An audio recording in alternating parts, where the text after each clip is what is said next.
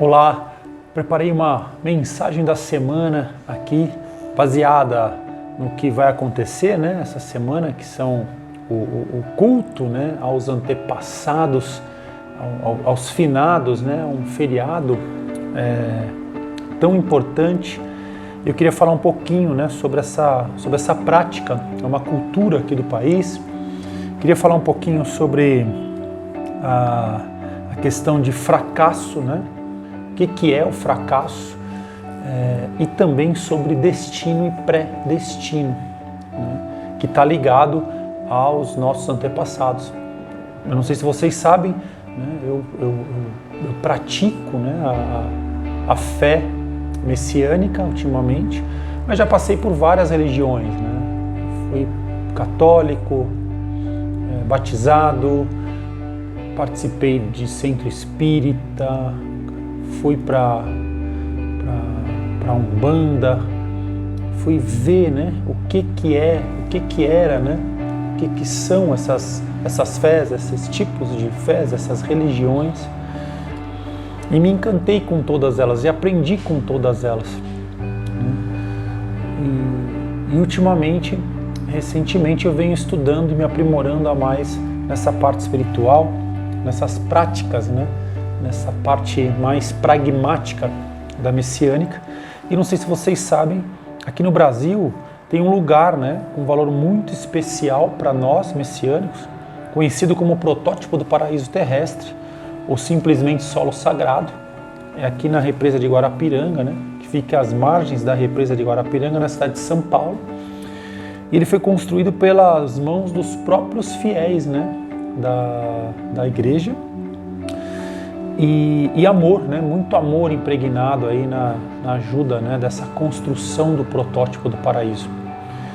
É um lugar belo e paradisíaco, onde a natureza se encontra em perfeita harmonia com a beleza criada pelo homem.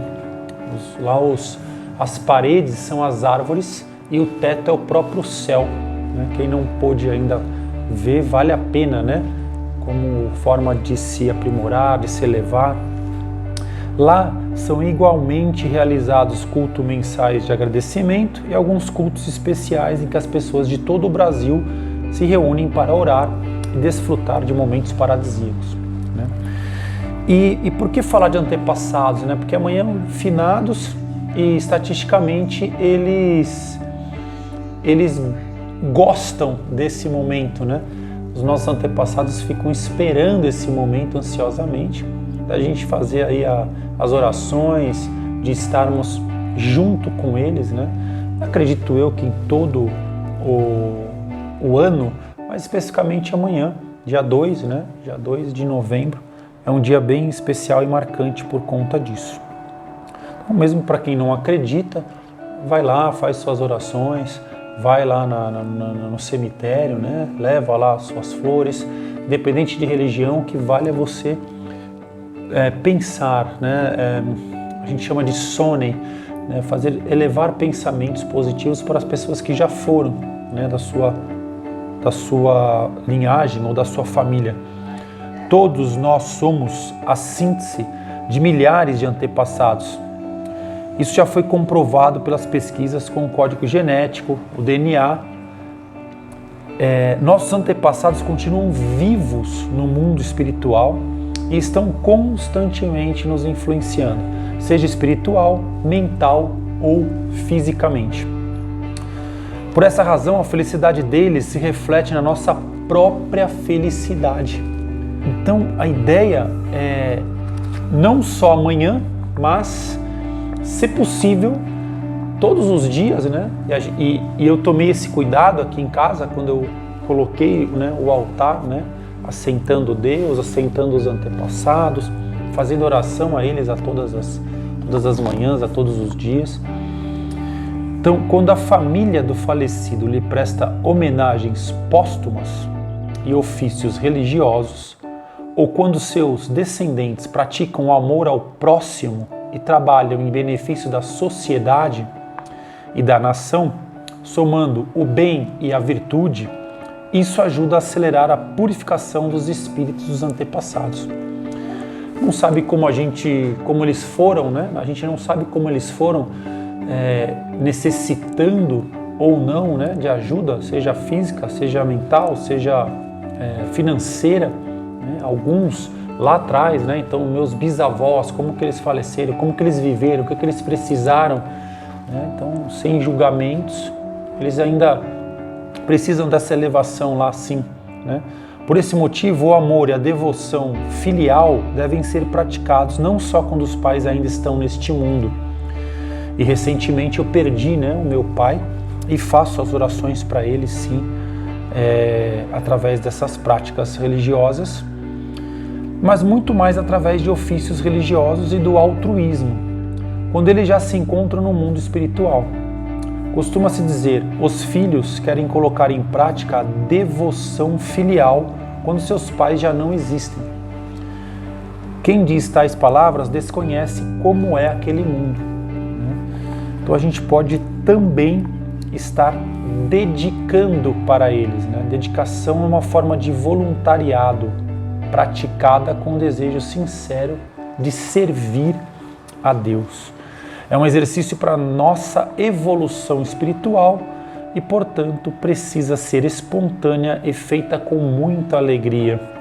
Como, por exemplo, arrumar a sua casa, como, por exemplo, lavar uma louça, como, por exemplo, fazer um mitamamigaki, né? A gente chama que é a limpeza da alma mesmo, chamar aí os antepassados, convocá-los para poder limpar a casa, para ter um arranjo de flor, para deixar ela sempre viva, né? Isso faz muita diferença pensando em nossas famílias e no nosso dia a dia, né? E outro ponto importante que eu queria trazer na nossa mensagem da semana, né, é a questão do nós podemos mudar o nosso destino, né?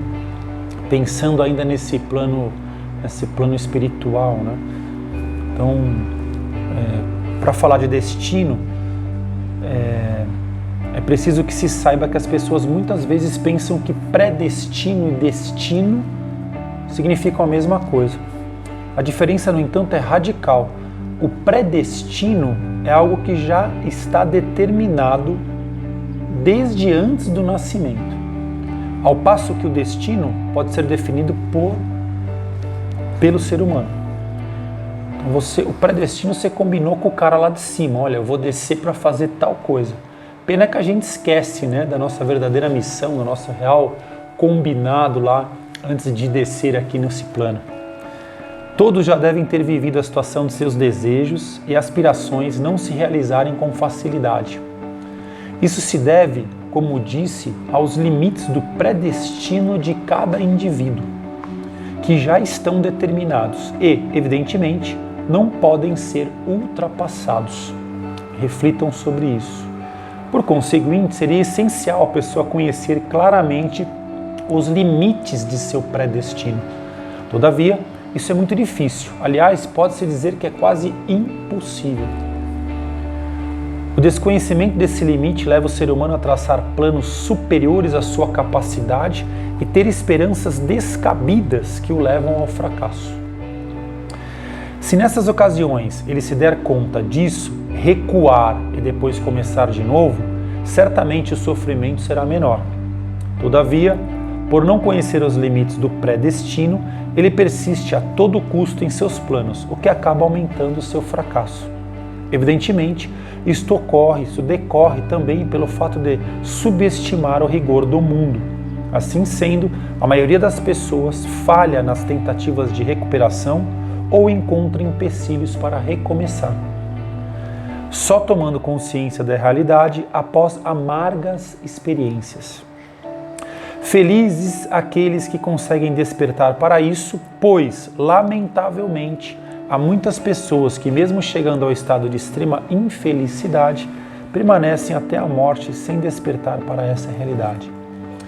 Referi-me ao destino das pessoas que não possuem uma fé. Nesse ponto, as que as possuem são diferentes, né? E aí, logicamente, para a gente não se aprofundar no assunto, né? E aqui eu trago a visão de Mokichi Okada nesses pensamentos sobre e Deus, né, que são, ele subiu lá no Monte Nokogiri em 1930, teve revelações divinas e por isso de trazer esses ensinamentos à tona. Recentemente eu lendo aqui Mais Esperto que o Diabo, né, do Napoleon Hill, e aí a gente também quer falar um pouquinho sobre esse fracasso, né, e ele fala assim, a importância, né, de você estar fracassando. Então aqui, de você errar, né, o fracasso, ele fala assim, é uma bênção quando ele força a pessoa a depender menos das forças materiais e mais das forças espirituais. Eu venho indicando esse livro e faz todo sentido. O fracasso em algum momento é um benefício para o homem? E aí ele está entrevistando o diabo, Napoleon Hill, né? E o diabo fala assim, sim, na verdade, aprender com a adversidade é o terceiro dos 7 princípios. Mas poucas pessoas sabem que cada adversidade traz consigo a semente de uma vantagem equivalente. Menos pessoas ainda sabem a diferença entre derrota temporária e fracasso. Se esse conceito fosse de conhecimento geral, eu seria privado de uma das minhas armas mais poderosas que eu uso para controlar os seres humanos. E aí o Napoleon Hill pergunta, né, para ele, mas entendi que você disse que o fracasso é um dos seus grandes aliados. Tive a impressão, baseado na sua confissão, de que o fracasso faz com que as pessoas percam a ambição e parem de tentar. Aí então você as controla sem nenhum tipo de dificuldade ou oposição por parte delas. Esse é justamente o ponto, o diabo responde para ele. Assumo o poder sobre elas justamente no momento em que elas desistem de tentar. Se elas soubessem a diferença entre derrota temporária e fracasso, elas não desistiriam quando encontrassem adversidade na vida. Se soubessem que cada forma de derrota e todos os fracassos trazem consigo a semente de uma nova oportunidade, elas se manteriam lutando e acabariam por vencer. O sucesso normalmente está a um passo muito curto além do ponto em que desiste de lutar. O sucesso normalmente está a um passo muito curto além do ponto em que se desiste de lutar. Eu achei fantástico. E ele vai mais, né? O fracasso é uma circunstância feita pelo homem, ele nunca é real, até que seja aceito pelo homem como algo permanente. Colocando-se de outra forma, o fracasso é um estado de espírito. Por isso é algo que o indivíduo pode controlar até o momento em que ele se nega a exercitar esse privilégio. E ele vai falando do fracasso. O fracasso também força as pessoas a aprenderem muitas verdades que elas nunca descobririam sem ele. O fracasso normalmente leva o indivíduo a entender a força da autodisciplina, sem a qual ninguém poderia voltar atrás por ter sido vítima do ritmo hipnótico. Ele fala muito desse ritmo hipnótico, que é um ritmo que a gente se coloca a todo momento, a gente vive em ritmo hipnótico. Coloca uma série de coisas para serem feitas, faz daquele jeito sempre e esquece de todo o resto. E, novamente, existe um mundo lá fora, onde a gente pode estar se elevando espiritualmente, fazendo diferente, tentando coisas novas, fracassando. Então ele fala que esse fracasso ele vem realmente para desmoronar, para acabar com esse ritmo hipnótico. Essas grandes purificações, por exemplo, a pandemia, a crise econômica de 1929, todos esses grandes marcos da história vieram para muda. Vocês entraram num ritmo que não vai dar certo, que vai acabar com a natureza, que vai acabar com o planeta, na verdade. Então vocês precisam olhar para dentro, estudar, se elevar espiritualmente para poder realmente ter algo a mais, em nossas vidas. Então eu queria trazer essa questão para a gente começar a semana, falando e revendo os conceitos sobre os nossos antepassados. Sem eles, realmente, nós não estaríamos aqui. Sobre predestino e destino, até onde realmente eu posso ir. E as questões de fracasso, que elas são bem-vindas, elas são bem-quistas. Não desista, né? Ou seja, eu fracassei, eu não estou legal, eu não estou bem, não deu certo. Calma, né? Reveja os pontos onde você errou. Então essa lei de purificação, né?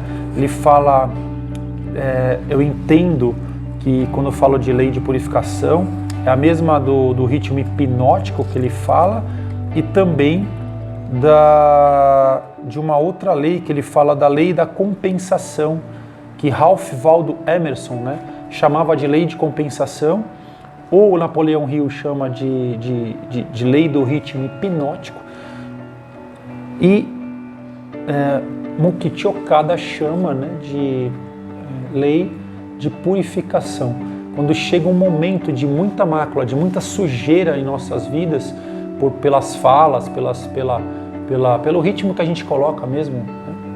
Um ritmo mais material, mais egoísta, vem esse momento de purificar, de recomeçar, de olha, vocês estão indo por um caminho muito errado e veja se não é isso que está acontecendo, né, nesse exato momento em sua vida, se não é hora de mudança, se não é hora de você ter adversidade. Essa é a palavra, adversidade do momento. É isso, boa semana para você e sua família. Nós continuamos aqui na Double Age estudando o máximo possível para poder orientar, para poder ajudar, para poder crescer juntos, né, na mesma equipe. Muito obrigado, gratidão.